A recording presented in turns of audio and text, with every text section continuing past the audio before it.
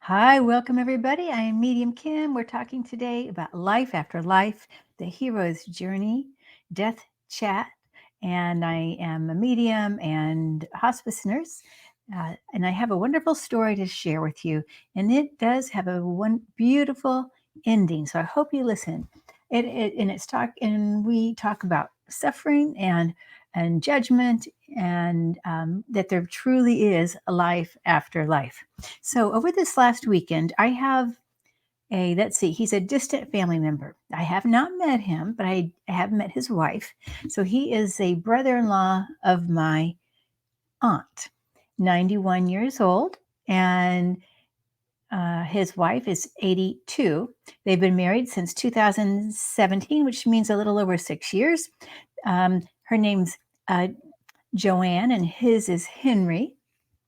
So the over the last couple of weeks, he came onto hospice. He came on with a feeding tube. He has a lot of conditions that would qualify him for hospice, and he was at home with his wife, who was his primary caregiver.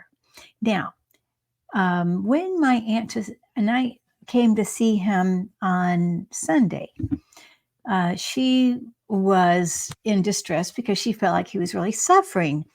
He was very short of breath, gasping. He looked like he was in pain. He was restless.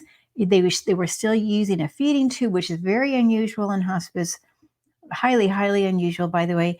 And only getting tramadol, which is almost like Tylenol, for pain. No opioids or anxiolytics, anti-anxiety meds on board.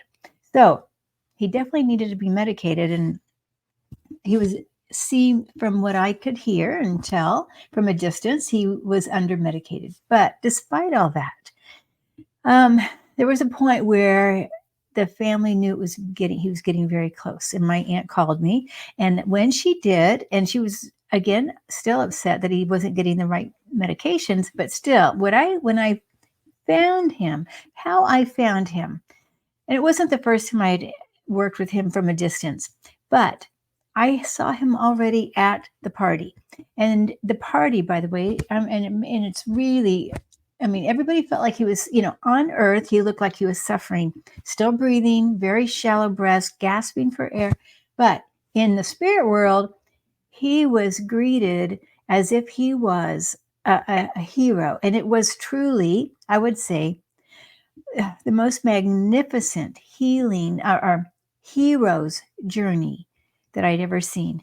Now, when I say that, of course, it's always love. Of course, there's always a party, but there was children, family, his dad. His dad was the one who met him first and brought him across. We got to have one or two, usually significant others, that help pull you across. So two magnets coming together so you don't make any wrong turns.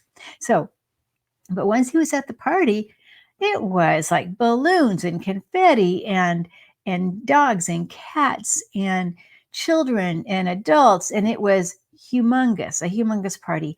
And it the love was overwhelming, and I could feel from him, from his soul, how much he loved his wife, even though they had only been married about 6 years. And it was very strong. And she wanted to do everything right. And that's why she kept the feeding tube. She thought that was the right thing. And you have to let go of judgment about these things because, you know, everybody's on their own journey. And so just trying to help and keep everybody at peace and comfortable, that's the goal. But anyway, I could feel that love. Um, Amazing, amazing, just the most welcome, and bringing him in like a hero. Now, he was also in the military, so it was a little bit feeling like that too, but it was beautiful. Then I saw him change. I mean, he became, this may have been after he had his last breath. This probably was, because I wasn't sure exactly on the time here. I saw him change his clothes to a white tuxedo. I mean, I didn't see him change. What I mean is, he appeared in a white tuxedo versus in his everyday clothes before. So I'm assuming now, sometimes when I see the spirit people put on the formal attire, I realize it's right at the moment when they cross over totally. Now, he put on his white tuxedo again. He's honored. Um, and so I just have to say that despite what we feel that he was suffering, he was already at the party.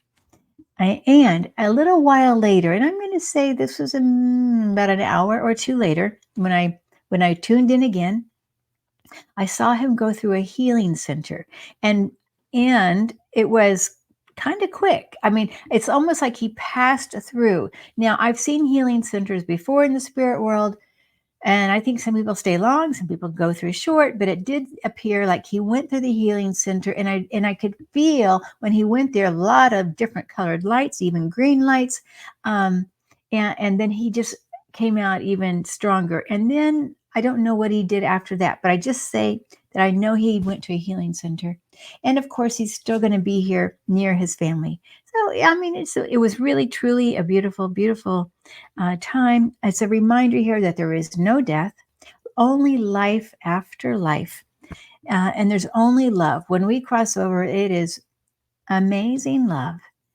Um, and to let go of our judgment when we feel like maybe the care needs aren't being met, we can try to let go as much as we can of that judgment. So I hope that this is meaningful to you, thinking of Joanne and Henry, and as they continue on their lives together in a new way with him in spirit and her still in the human. Um, and anyway, so thank you for watching, and I will see you very soon. Bye bye.